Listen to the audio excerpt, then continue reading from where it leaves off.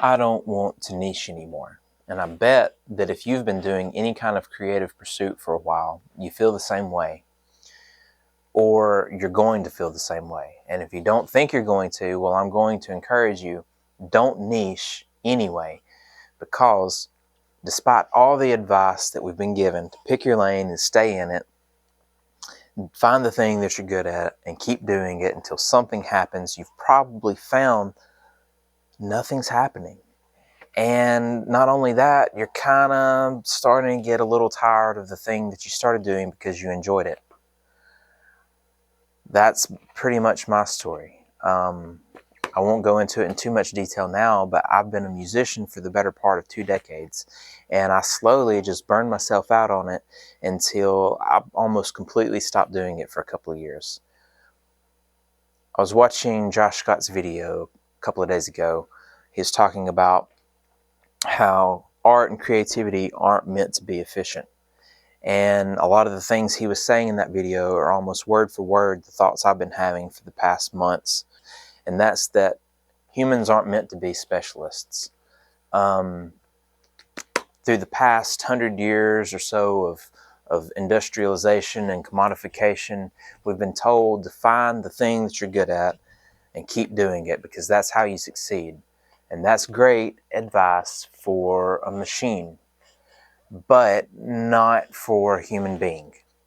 So I want to encourage you, follow your creative curiosity wherever it is taking you, because doing only one kind of thing all the time is a recipe for spiritual and creative malnourishment.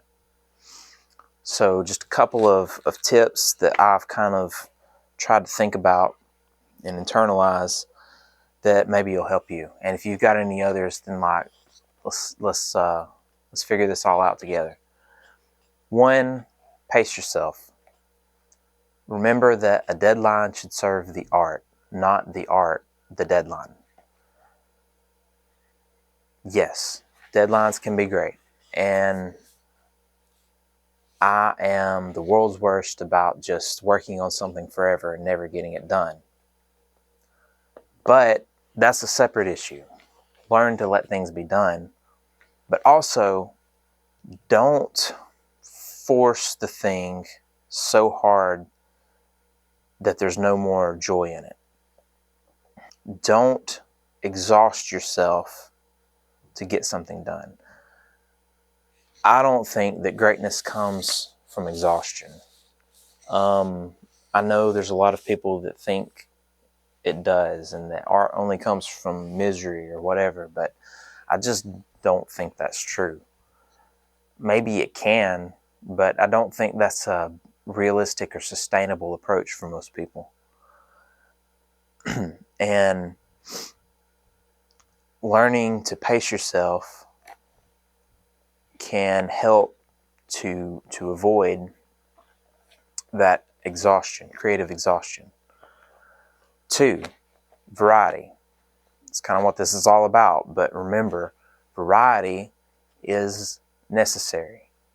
It's necessary to stave off that creative and spiritual malnourishment.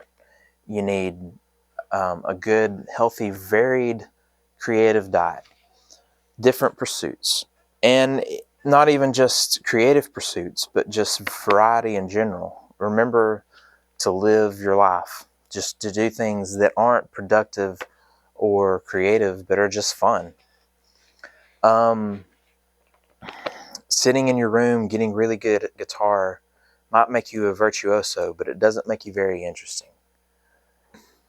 3, take the pressure off. Remember that no one is as critical of your work as you are.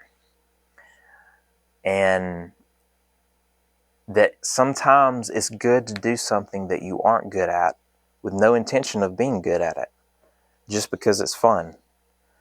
And on the things you are good at, remember that most people don't see the mistakes that you do. I would drive myself mad for years obsessing over the mix of my music or the master or whatever, trying to meet some industry standard. or make it radio ready, whatever. I don't know, whatever the terms are that they use to sell their courses. And I realized that most people don't care. They just hear cool music. And no one's going to think you're an amateur because your stuff doesn't sound the same as an artist who had $1 million budget and a whole team of professionals behind them. And I'm not an expert in other fields to really give commentary on them, but I have a suspicion that there's a lot of parallels in other pursuits too. So just try some stuff. It doesn't have to be great. What is it? Consider everything an experiment. Here's some experiments. I'm not a visual artist, a painter, or I can't really draw, or at least I don't think I can. But sometimes you don't feel like doing other things. Just make some trash art. This is something I did a couple of days ago. It's bad. It's way out of symmetry, but it doesn't matter. Here is something halfway decent. Little stand I made.